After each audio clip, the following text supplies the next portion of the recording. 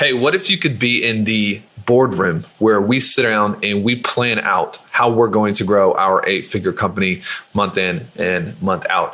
If you've ever wondered how traffic and funnels grew so quickly, there are strategies, there are formulas that you can model in your business that our clients are modeling to scale to the moon and back. This is an amazing program. It's called Insiders Access Monthly, and we've put together a couple words on a page that you can actually go and check out this offer, trafficandfunnels.com/IAM. You will not be sorry, I promise you. Let me know what you think. You're listening to the Traffic and Funnels Show, the best show on the planet for client businesses to learn about traffic, funnels, sales, and conversions. Chris and Taylor are the founders of Traffic and Funnels, a digital marketing consultancy helping you get paid clients from cold traffic daily. Now, here are your hosts, Chris and Taylor. Y'all, if you're just hopping on, what's up? We're going to do just an AMA. If anybody needs coaching or wants to talk about whatever, it can be stuff in CK, it can be real estate, it can be whatever you want to talk about. You let me know. Yeah. What are the most profitable niches to get into right now as a coach and a consultant? Easy answer to that question is whatever you're passionate about. That's going to be the easiest way to be profitable is if you love what you do. Anything you do just for money can be profitable, but eventually it's going to take a toll on you. Obviously, there's the basics, high pain. You want to find industries that don't require a long time to fix. Anything that's going to have high pain and low resistance and maybe time frame to getting fixed is going to be the easiest thing to do, but you want to be passionate about it. That's important. When you start to build a team, here we go. Team question, how do you start to manage them and keep them motivated, performing high?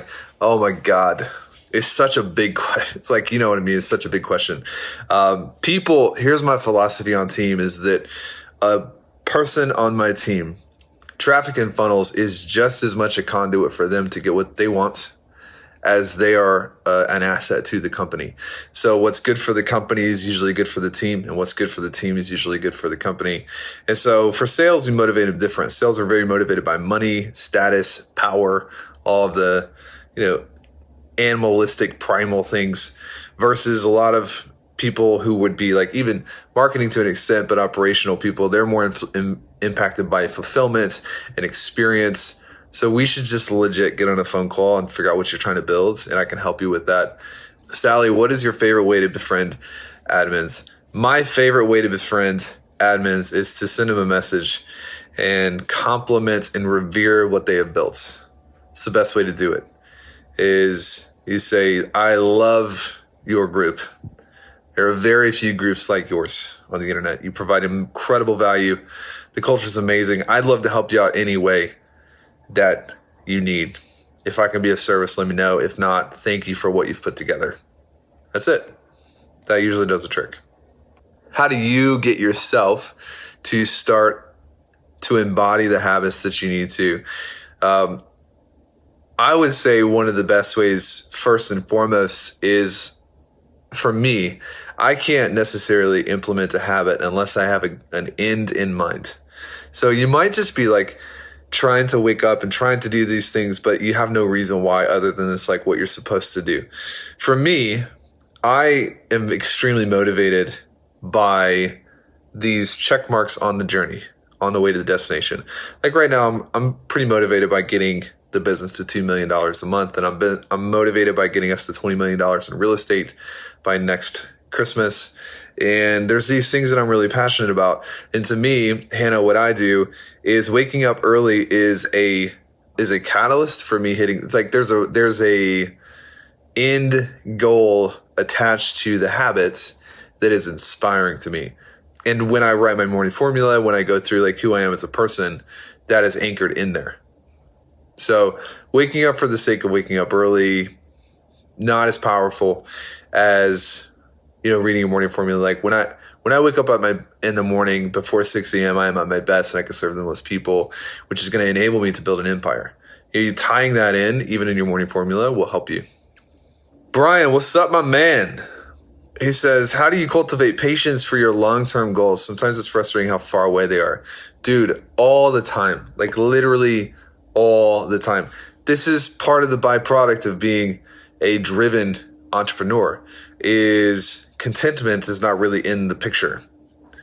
And, I say that even though it's like sometimes you have to slow down and be grateful and practice gratitude and all of those things. But the life of somebody who is driven and achievement driven, which you are achievement driven, like, you got to be careful with this. The best way to do this is to honor your energy cycles. And it sounds like I'm changing the topic, because you're asking about how do you cultivate patience. This is how you do it. Honor your energy cycles. Every 30 days, I'm taking at least 3 days off, and I don't work. And I just am grateful for what I have. I try to get out of the chaos, try to get out of the grind and the nuts of it's so nuts around here all the time. And it's so like, there's always something going on, and I step out of that and I relax for 3 days. Every quarter, we try to take a week. Me and Chris both do this, by the way. And when you do that, what you tend to develop your own sense of fulfillment from being able to step away. I've also learned how to enjoy progress. And I think this comes, Brian, with having more time in the game. Like, I've really learned how to enjoy progress. We're not at our goals yet, but I journal every day. And so in day one, I can go look at where we were last year, and we're ahead today from where we were last year. And I've learned to enjoy that. And so even though your big goals are so far away, if you can look at where you were 6 months ago and be like, man, thank God I'm like moving forward, and actually participate in that, just that little bit of gratitude will help you enjoy where you are a lot more. All right. I currently do a triage call and then strategy call. Should I go straight to strategy? Daniel, this is up to you. I used to think that there was one way to do certain things. I've learned from being in it a while and having like thousands of clients, literally, that one of the most powerful pieces that I can give you is being in alignment. So there's somebody I think it's Henry, maybe, who did 1.2 million last year. He came in, he's changing some things, and now he's in a rut. My advice to him is to go back to what he was doing, because there are things that we do that make us feel like ourselves. And if you change too many of that too quickly, if you change too much of that too quickly, then sometimes it can rob you. That said, I prefer going straight to a consult, because it's like, what's the point of triage? Like, I will triage in Messenger. That's the difference. I'm going to qualify in triage and see what people need in Messenger. And if they get to a consult, then I'm going to close them, or I'm going to tell them to wait. So I think that the triage is good if you have like a team of specialists, but if it's just you, or it's like you and one salesperson, I was go straight to a consult, just because if you know that you can help them, just get on and help them. I need a salesperson. Molly, this is you. I need a salesperson, but I'm worried that an alpha sales type would scare my people. They probably would. So, like, yeah, you don't want to get somebody who's just like crazy alpha and they're going to yell at people. That said, like, I could probably sell to your market. I would consider myself interested to know what you think, but I would consider myself an alpha who has like empathy. I care about people. So I think you don't want to I think the word you're looking for is ego, not alpha. Because somebody who is an alpha just means that they tend to be the first and they set the frame. That doesn't necessarily mean that they lack compassion or empathy or the ability to connect with the market. What you want to stay away from is the alpha ego, which is somebody who cannot listen to somebody else. They have to control, they have to dominate. And I don't see alpha necessarily being like domineering. I see alpha as being more leader. Alpha is number one, beta is number two. And so alpha doesn't mean oppressive. It doesn't mean dominant. It just means first. Like when somebody thinks of success and they're on a call with me, I want to be the first to define what success is. That doesn't necessarily mean that I'm going to oppress them. You know what I mean? So yeah, be careful that you don't get like an ego person. Somebody that has the ability to look past a person's behavior and care about the person. 100%. Howard says, working the real estate niche, unfortunately 60 to 90 days for them to cash flow from my leads. Any suggestion on how to counter that obstacle? Nope, it's not an obstacle. It's not an obstacle at all. In fact, one of our, he grew a massive business. His name is Dan, and he helped investors. I don't know what side you're on. Like, are you the realtor side or the investor side? Like, I'm not totally sure, but, Dan helped investors, and they were like 3 to 6 months. But you got to remember, sometimes, even if it's a longer lag time, if the barrier of entry is high enough, then people don't care. They'll pay for it. It'd be like getting on a waiting list for like a kidney transplant. Like, people would do it, even if it's like 6 months, because A, of all, they need it, and B, of all, it's not like there's a kidney sitting around on every block. Like, the barrier of entry to get that is high, and so people are willing to wait and pay. I think you're fine. That's just my opinion. I succumb to my immediate gratification. Hannah, what you should look at is introducing a cost. So what I talked about earlier was the vision. There's the vision, and then there's the cost. And so I don't mean the sacrifice to get what you want. Everybody has a sacrifice for a vision, but if there's not a cost for inaction, then sometimes it won't work.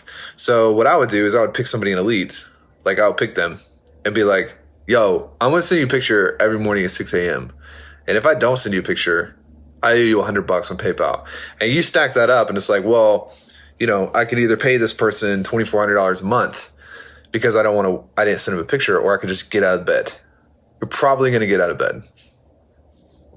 On sales calls, how do you know when to lean out and go reverse psychology, nonchalant style, versus going for a hard close and really challenging them? I think it depends on the person and what the person needs. Sometimes people have made patterns of bad decisions their whole life. And sometimes that pattern looks like they just never make decisions. So like, if you're talking to somebody, it's like they've been in business for like 4 years, 5 years, 7 years, or they've been trying to lose weight for 10 years. And their pattern is they just have inaction. I'm probably gonna push that person really hard, because knowing what I know about them, the enemy for them is not making a decision now, it's doing nothing. So that's when I will be aggressive and push. But so you have somebody who is brand new, and they just hired a marriage coach, and the person totally took their money and ran. What is the enemy for that person? It's different. They've been burned by action, and so I'm probably going to try to protect them a little bit from the feeling of like rush, make a decision. That said, I'll always err on, if your product is good, you should always err on the side of aggression, because this is what people struggle to see, is there's not just a first order consequence here.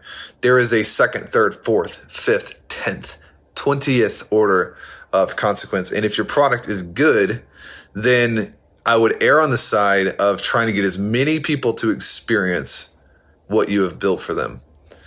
Because at worst, they're just going to say, well, I really can't make a decision tonight. Like, sorry. At best, they're going to jump in, and they'll have some remorse maybe for a day or two, but they're going to begin to experience life change and true hope and all of the things that come with somebody who's really put their heart and soul into a program.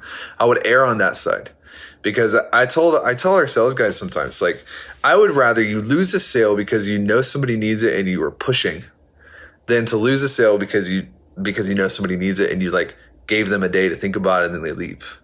Not saying that you can't do either one. I'm just saying, like, if you're going to lean, have a lean towards the direction of pulling people in, if that makes sense. Gabriel, you said you do cardio for energy in the afternoon. I do, yes. I go back to the gym most days, and I do sauna and stair stepper. And it just depends, man. Like, I'll read or I'll think, and I'll do 20, 30 minutes. Nothing crazy. But the sauna is amazing. The sauna has actually made my heart rate variability go up, it's made my heart rate go down. Like, sauna has been really good for me. And it's good for creativity too, because you just think you can't do anything. You're just sitting there and sweat. Best tips for becoming more self-aware: journaling every day. I have journaled almost every single day for like 5 years. In the past 5 years, I would guess I've maybe missed 80 days, which 5 years is a lot. Like, that's not that much. Like, that's journaling almost every single day. And I'll take pictures too, and I'll put it in my journal. It's amazing. Like, some of you guys who are like just hungry AF, like you're like freaking Pac-Man. Like, I just want to eat all my goals for breakfast, like Brian and like some of y'all, if Cole is like this, like he'll have a crazy good month and then he'll have like one bad day and he's like literally about to like jump off a building because he didn't double his numbers from the previous day. I'm like, dude, it's okay. You're going to be fine. The sun will come up tomorrow. Anyways, if you have an arsenal of where you've come from, catalogs, you should spend 5 minutes or so every morning looking at where you've come from, because it gives you this incredible sense of control. Like this, I can control where I'm going. And it also makes you self-aware. Journaling is amazing. Jay, I'm doing hyper-organic, getting leads for 50 cents. My God. Lucky you. But how can I word my application to get people to understand my coaching isn't cheap? Besides just asking them what their occupation is, I do fitness and nutrition. Yeah. So this is a great question. I would add something like you can, this is the thing with marketing is we can always add something in and we can test it. And it may pendulum swing the other direction. We'll want to like undo it. So this isn't like 100% certain, but on our application, we put in something like, if you're accepted as a client, please rate yourself on the following 3 options. Like 1, this is important to me. I can invest into growing my business. 2, I don't know, it depends on the cost. 3, I don't have any money to invest in my business. That's going to give you an idea for the thinking of the person. It's not going to tell you how much money they have, but it's going to give you an idea of how they think. And if that doesn't fix the quality, then underneath that, you can be like, do you have at least 5 figures to invest in, getting this, or do you have at least 4,000 or whatever? But I would try isolating in on their thinking, because if somebody's an investment minded person, then they'll figure out how to make the price work. If somebody has a lot of money, but they're not an investment minded person, they won't buy. So you really want to go after the person who's thinking like, I'm willing to trade and sacrifice for what I want, rather than finding out how much money is in their bank account. Ashlyn says, I've gotten 3 clients in the past couple of days. I've been focusing so much on providing value to people in client acquisition. I've never really focused on actual onboarding and fulfillment part. I'm a bit overwhelmed with the actual fulfillment. I know I can help these clients, but I've never had 3 people pay in full and start actually producing results for these people. Any suggestions on not getting overwhelmed with the fulfillment? Should I start hiring someone part-time to complete some of the other tasks? Thanks for any tips. Ashlyn, first and foremost, take a minute and just congratulate yourself. You want to celebrate a little bit, because you're always going to have problems in life, but you get to choose whether you have good problems or bad problems. How many of you know that struggling to figure out how to pay for your house and simultaneously not miss your credit card bill is a bad problem to have, right? Like nobody wants that problem. How many of you know that, choosing to take your spouse to dinner or pay for the oil change in the car and you can only do one? That's a bad problem. These are the problems that I grew up with. And before I answer your question, you're always going to have problems, but you've chosen to have good problems. And this is amazing, because once you get the hang of this, it's like, man, throw every problem at the world at me. I'm going to be fine, because they're the problems of growth, not the problems of stagnation and decay. And, so this is a good problem to have. Don't slow down. Like the temptation here, it's like, I'm overwhelmed, let me pull back. I would not do that. They're good problems to have. Keep going. But I would lock yourself in a room for like 2 hours and whiteboard it out. What is the best thing? What's the best first thing that any new client could have? Like, you take a new client, what's the best first step? Now, what's the second best step? Now, then the third, and walk it all the way through. It's amazing how many people are just like, here's my program, but they don't actually look at step 1, step 2. Like, what's the best journey for a client to get results? This is how we built Suke. It's how we built Elite. It's how we built Sales Mentor. It's like, what's the best first thing? Just start there. Then 2, then 3. Whiteboard it out. You'll get this big list, right? And you want somewhere between like 7 and 10, maybe 12. Like, you don't want 50 things. You want the categories. So 7 to 10 things.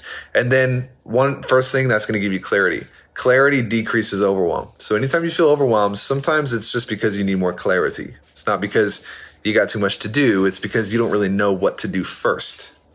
Big key. And so I would make a list. What can you offload to like a virtual assistant or a part-time team member?